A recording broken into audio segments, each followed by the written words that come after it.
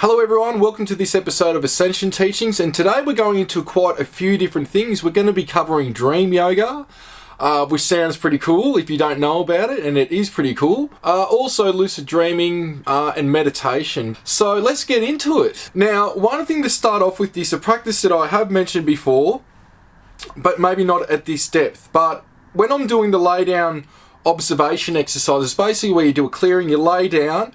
What I do a lot these days is I'm even earplugging myself, so putting earplugs in, I'm blindfolding myself, and all I'm doing is desensitizing myself from sight, visuals, and also sound. Because when you start blocking out other senses, the other ones start to enhance, and the inner vision, the inner sensitivity, all that starts to expand and grow as you exercise it and you set intention with doing so. So, just let's look at a couple of things here. Observation of mind chatter when in that state. Our guides, our higher self, they come through as knownness and awareness, ideas, thoughts, things to be true but you're not sure how, downloads, knowledge bombs. A way that I've described this before is it's like shoving a USB stick into a computer. Imagine the USB stick is the light body, even though it's small, and it's tapped into the unified field with that data. Or we could even say the wireless internet.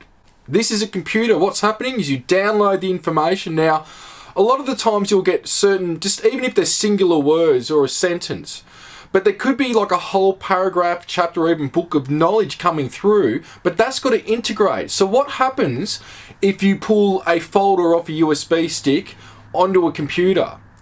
First thing that appears is the folder, the name, and what do you see? Depending on how big the file is and how small, you see a download bar of it downloading onto your computer.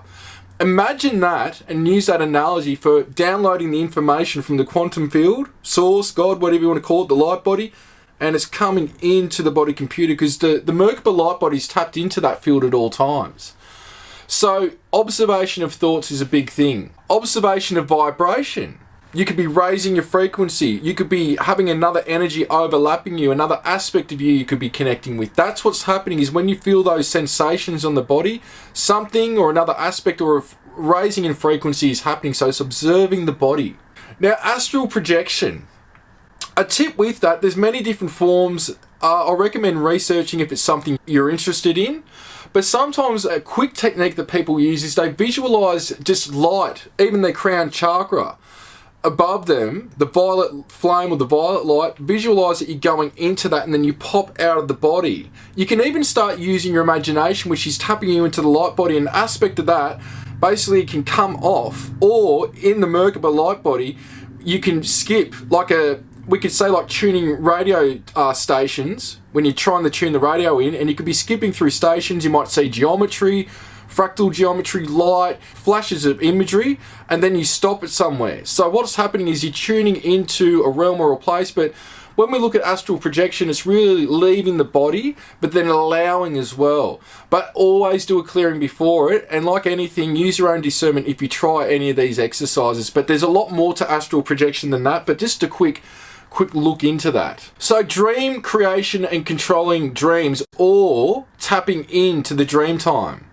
Now, to start off with, I want to go into some, what we could say is research on what dreams are from a medical point of view, which doesn't have full understanding, but they are opening up more and more to deeper concepts and ideas of what could be happening that we could say are esoteric or more paranormal. So, medicalnewstoday.com. Medically reviewed by Timothy J. Legg, PhD, CRNP, written by Hannah Nichols on June 28, 2018. Article linked there. Dreams are stories and images that our mind creates while we sleep. They can be entertaining, fun, romantic, disturbing, frightening, and sometimes bizarre. They are an enduring source of mystery for scientists and psychological doctors. Why do dreams occur? What causes them? Can we control them? What do they mean? Everyone is thought to dream between 3 and 6 times per night. It is thought that each dream lasts between 5 to 20 minutes. Around 95% of dreams are forgotten by the time a person gets out of bed. Dreaming can help you learn and develop long-term memories. Blind people dream more with other sensory components compared with sighted people. That's pretty interesting. There are several theories about why we dream. Are dreams merely part of the sleep cycle, or do they serve some other purpose? Well, they do serve some more of a purpose than what they think. Possible explanations include representing unconscious desires and wishes. This is coming from what they're studying now. Interpreting random signals from the brain and body during sleep. Consolidating and processing information gathered during the day, working as a form of psychotherapy. From evidence and new research methodologies, researchers have speculated that dreaming serves the following functions. Offline memory processing, in which the brain consolidates learning and memory tasks and support and records waking consciousness preparing for possible future threats. Cognitive stimulation of real-life experiences, as dreaming is a subsystem of the waking default network, they say, the part of the mind active during daydreaming. Helping develop cognitive capabilities, reflecting unconscious and mental function in a psychoanalytical way, a unique state of consciousness that incorporates experience of the present, processing of the past and preparation for the future, a psychological space where overwhelming, contradictory or high complex notions can be brought together by dreaming the ego, notions that would be unsettling while awake, serving the need for psychological balance and equilibrium. Much that remains unknown about dreams. They are by nature difficult to study in a laboratory, but technology and new research techniques may help improve our understanding of dreams. This is where we even see with the Star Nations, ETs and other civilizations, they have a balance between spirituality and technology. So that's where we're going to now. As long as we stay in the heart and we don't repeat what happened in Atlantis with the fallen ones at that time that caused the fall of Atlantis, we this time can go pretty far. But first we're seeing this purging of humanity and a lot of things come up at this time, and that's in a way a good thing. Though it cannot seem like it at the time, but we've got to reform ourselves as a civilization, not just individually. The fact is nobody can prove how or why we dream, but I'm going to spin some theories out there and ideas even from personal experience as we go along. So first, how do we perceive our dreams if our eyes are shut and we are asleep? Well, it comes down to the pineal gland. Think about it, your eyes are shut, how do you get imagery? So all of yous are having experiences through the pineal gland when in a dream state. That's what's happening. So what's happening, in my opinion, is that information experiences otherworldly beings because it is a mixture. Some of it is symbolic. So sometimes people in your life, they could be representative of a role or something going on in your life. So people in general, in a dream state, it could be people that you knew a long time ago, people that you know now. Think about if you see them in the dream state, what they represent to you. That's one way. There's a lot of different dream interpretation books out there, which I recommend reading into if this is something you're into or open to. But it can also be experiences in the dream state. We can actually go somewhere else in a dream state. It can be insight, prophecies, information coming through to help guide you with where you need to go. It can be from your own God self. It could be your light body trying to get through to you, otherworldly beings, angels, what have you. So dreams aren't just one thing, and this is why they're so random and weird, because what's happening is, again, we don't see with our eyes or the pineal gland. Now, again, our eyes only pick up a fraction of 0.005% of physical matter, which is the visible light spectrum. We can't see infrared, gamma, UV, all these different things in the radio bands and all that. But we see just the visible light spectrum. And our brain chooses what we see. So when it comes to the pineal gland, sometimes it's getting information from the light body and seeing stuff, because as we talked about in that earlier episode, where the pineal gland interfaces with the light body, from my opinion, what's happening is it's getting frequencies and information and interpreting it into a vision that sometimes, because it's higher level of consciousness, is trying to dumb it down, and not putting you or I down, but it's trying to dumb it down in a way that it can get through to us. And this is where we need to look at the symbology in dreams sometimes, a lot of the time actually. So like I'm saying, sometimes a dream can actually be an experience. It could be on board a craft with ETs. You're going there or experiencing them in a light body form, which is coming back and interfacing with you through the pineal gland, through flickers of information or scenes playing out. And how many of you, think about this, have battles in dream states? Sometimes you could be in no form, but you're blasting things energetically. You could be blasting fireballs out or energy out, destroying negative influences or energies. You may even have a sword. So many people in their dreams, they have a dream and they've got a sword and they're just slaying negative energies. They're battling in what we could say is the astral realms. This is a very common thing as well. And yeah, it's just some more food for thought. But there's always messages in dreams. And this is where sometimes having a short, quick meditation after doing a clearing and observing and thinking about the dream and then letting go of it and seeing what thoughts and impressions and ideas and even visions come through on what the dream may be referring to in terms of the message. Because it's very individualized. This is where, even if we look at the charts of what colours mean psychically with emotions and what they're symbolic for, it's not always the same for each and every person. It's very, I guess what I'm saying is it's very simplified.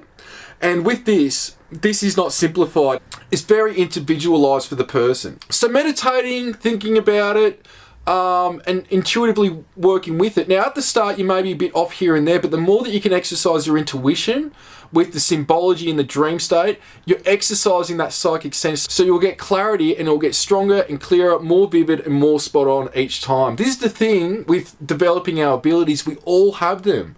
Some have certain things enhanced more than others, but the more that you take note, the more that you practice and you go with the flow and you allow, the more you're going to enhance those senses and get clearer information.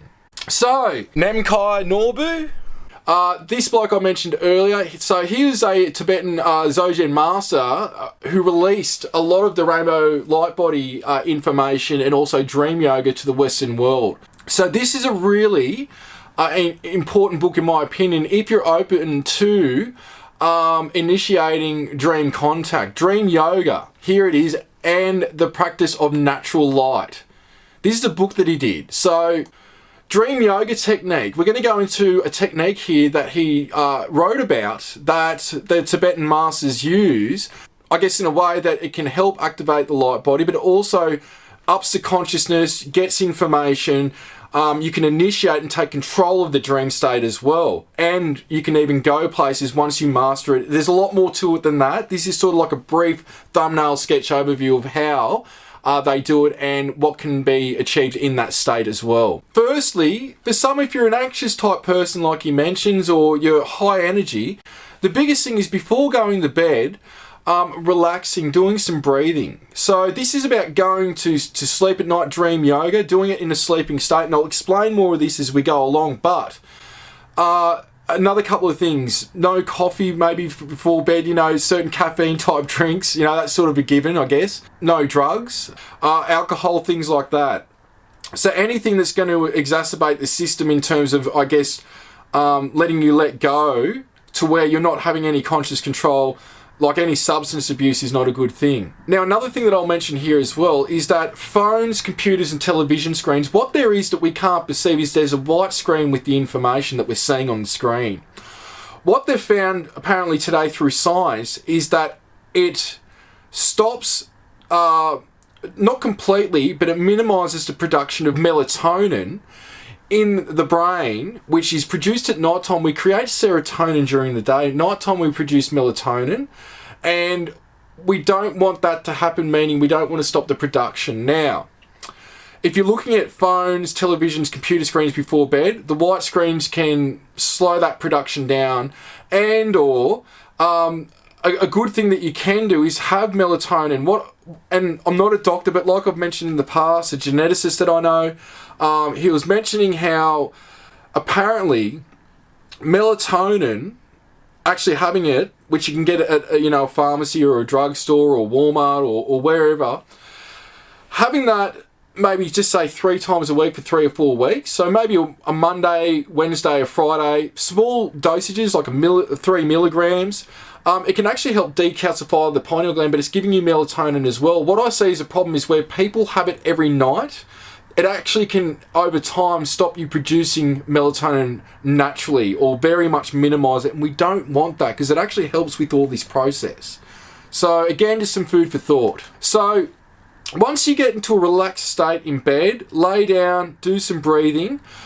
What happens is there's a visualization exercise that goes on. Now, with the Tibetans, I'll show you what goes on here. They visualize this. Now, in this case, Again, you may want to use the cross, the Merkaba, Metatron's cube, a circle, something that you can focus on, even a deity or a god or a guide, whoever or whatever. But it's what works for you. But this is what the Tibetans do and what's recommended in the book. But he does say either this symbol, which is the R representation in Tibet, or a deity, he says as well. So when you're seeing it, it's even a practice of, even if you look at that, close your eyes throughout the day and just visualize that you can still see it. This is where, even like the practice that I've mentioned, visualize a candle burning, or actually have one in front of you that's burning, a candle burning. Close your eyes, still see it, even if you've got to use your imagination. Once you lose it, open your eyes, repeat. But it's different for this dream state. You want to visualize that symbol. It might be hard to start out with. Now, in one of these techniques, he does recommend visualizing that R symbol in the heart area. And what happens is, as you visualize it, now you want to visualize it as a white symbol that's luminous, so it's like shining white light as well. So when you visualize one here, he does go into a technique, if you can, visualize another one here, and visualize it going up until it goes over the whole body, down the back, and even back up, if you're able to do that. Otherwise, and even with myself, I can work with these sorts of techniques, the symbols that the ETs are giving me to get on board crafts or call upon them in certain things.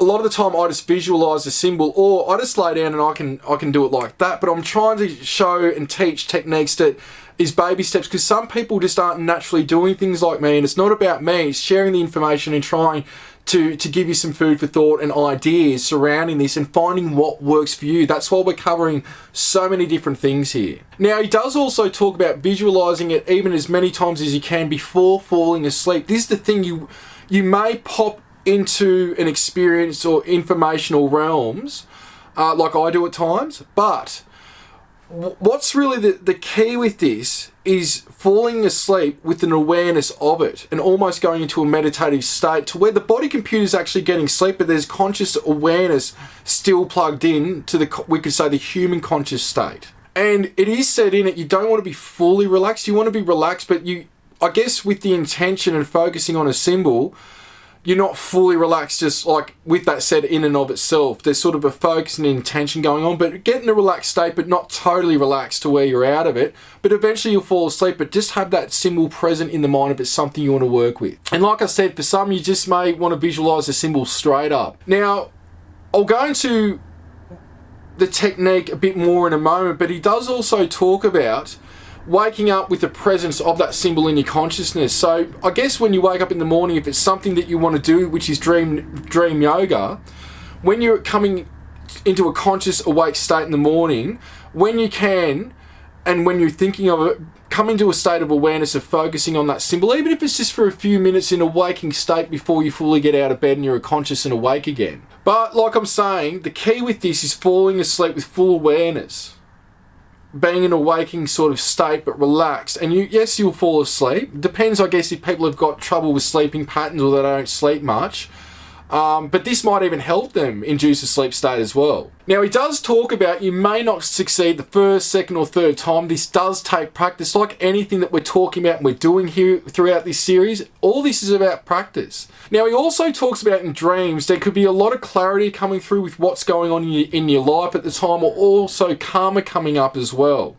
But like I've added to this, the dreams can be multi-dimensional experiences as well. Now, when practicing this dream yoga, it becomes easier and easier of what will happen is you'll become conscious in a dream state. So go to sleep, relax breathing, visualize the symbols, have an awareness as you're going to sleep, and then bang.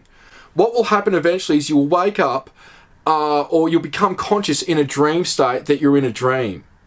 Now, it's hard to tell, how do we know this isn't even a dream? But let's just forget about that for a moment, because it is a dream at the biggest extremity of what's going on. So what happens is you wake up in a dream state, you're in a dream. That's what's going to happen, is it's going to help you be aware of being aware in a dream state. From there, you can start to manipulate things. I've heard tips and tools, and I've done it myself as well, which is why I started doing it, of looking at your hand or yourself in the dream state. You may even appear as a different type of being. You may have light body form. You may not be fully in a form. You could be a light type being or an apparition type form. Trying to pick up objects. What's common in a dream too is that the scenes keep changing and they don't make sense. That's okay. Don't try to control it. It's very much like when you're in a meditation, how I'm saying, you'll start getting imagery or flickers of imagery. And then what will happen is the more that you allow and just observe and you practice it and you allow these experiences to happen, the scenes will take on a life of their own and get longer and longer. Very much the exact same thing with a dream is you've got to go with the flow and don't be too surprised, but take notice of objects around you. If you turn back and you're in a completely different scene or there's objects missing, there's reasons for these things within the dream state that, again, I'd say it's best to go more intuitively and meditate on what you experienced. So it's not like bang, you're in a dream reality straight away. It's falling asleep with awareness, we could say, in a meditative state. Then when dream time occurs, what happens is consciously you pick up your inner dream and will be aware, and that's where you start to experience that reality from the body computer. This is where I recommend moving in different directions you want to go consciously. So in the dream, it's like consciously with awareness and directive of going a certain way, going this direction, going that direction, turning around even, doing certain things. Because what happens is you start to gain control more and more that you practice when you're in a dream state of being able to, I guess, experience it and manipulate and do things like you would in this state, in this living state that's still a dream state. These techniques are sometimes apparently practiced to prepare you for death or bardo, which is a between world state. I guess between the reincarnation cycles, though, you know, on the deeper concept, again, I say that's illusionary. So in the state between rebirth and death, or even going to another realm and incarnating in another realm, which is what a lot of us do. We're not just going to come back to Earth and do it again. Some in that state, they can actually go back to, just say you're in the Pleiades, you might go back to the Pleiades but a different dimensional form, or you could go back and reconnect with them, or you could go to Source and split yourself up. You can experience here again if you want, or you could be a type of master and help from the other side. There are many things. We need to stop pigeonholing what happens, and there's many more ways and things that can happen than what I'm mentioning right now. So positioning, now as I'm talking about this, yes, like predominantly I'm laying flat on my back, but he does talk about a couple of techniques for men and women which are reversed. So the position you sleep in, he says, doesn't matter for practice, though. He talks about men to lay on the right side and block the right nostril, and I think that's with the right hand, so you're going like that on the right side. For women, it's doing it on the opposite side as well, if it doesn't affect your breathing. Now he talks about the reason being for the sides for men and women have to do with the solar and lunar channels, which has everything to do with activating the hemispheres in the brain. So everything has to do with electricity still, because our body, our brain is made up of like there's electrical signals going everywhere in it, in the body. That's how we pick up taste, smells, all these things. It's basically electricity going up to the brain, hitting certain areas to where in effect we smell things, we taste things, we even see things, we hear things, all those things. And so science today still doesn't understand all this. Like, this is the way that we need to understand this as well, that science does not have all the answers. But the more that we listen to open-minded scientists, a lot of people thought Tesla was crazy. Look at the stuff that he came up with, which was amazing. So we need to just open our mind up, and that's what science needs to do as well. And lastly, practicing with commitment will get results. So basically that's what it comes down to, is practice. You know, again, people go, you know, I'm sick of meditating or trying this and that, I'm not getting results. Look at these Tibetan masters. They're sometimes spending 30 to 60 years in a cave, on and off, but daily, still doing their practices. Some of them still don't obtain the rainbow light body, but we could say they're enlightened, they've raised their frequency, they're in tune with nature and reality more than anyone, and it gives them wisdom and knowledge, and they're teachers to those around them as well. So, for some, it's just not going to happen in terms of getting what you expect out of it. You've got to drop expectations, but the more that you do the inner work, the more chance you have of all this coming into fruition. But for some, I believe everyone's an experiencer, but largely it's about finding what works for you. And this is just a tip and an idea for you to maybe practice dream yoga and try it yourself. Again, use at your own discretion, and do it if you feel like doing it as well. And when looking at it, this is a type of lucid dreaming, but there's many techniques out there for lucid dreaming. And this is where you can read books. There's even apps out there now that I've heard about, many different things. Is finding what works for you. So due to going through all this throughout this episode, maybe use this as an exercise for this episode if you want to do it for homework or try the technique. So again, getting in a relaxed state, visualizing a symbol that works for you. So again, it could be the R symbol from Tibet.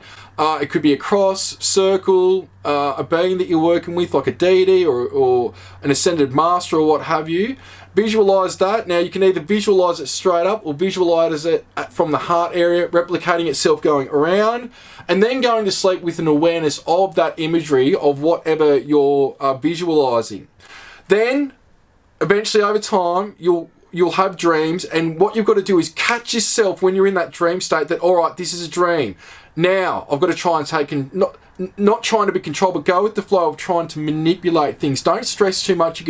You could break the dream, but try to do things in that state. Even to start out, if what might be easier for you, and if you want to do this, of just when you're aware that you're in a dream state, just observe what's going on. Just to start out with, don't stress yourself. Maybe not try to do what I'm saying with manipulating things and walking in areas. If you feel you can do it, but just be aware that you're dreaming. And I do recommend having a dream journal that when waking up in the morning, if you want to observe a symbol again, like we've mentioned, do that. Or first thing, write down what happened in the dream. There could be messages in there. And then maybe go back for a minute or two, visualize a symbol if you've done that before, visualizing the symbol upon an awakening state. And then try it over and over when you're going to bed. See it as fun. Even if you're doing it in the afternoon, if you're having a nap or something like that. It's just working with what works for you. But with all that said, I hope you've enjoyed this episode of Ascension Teachings, and thank you for watching.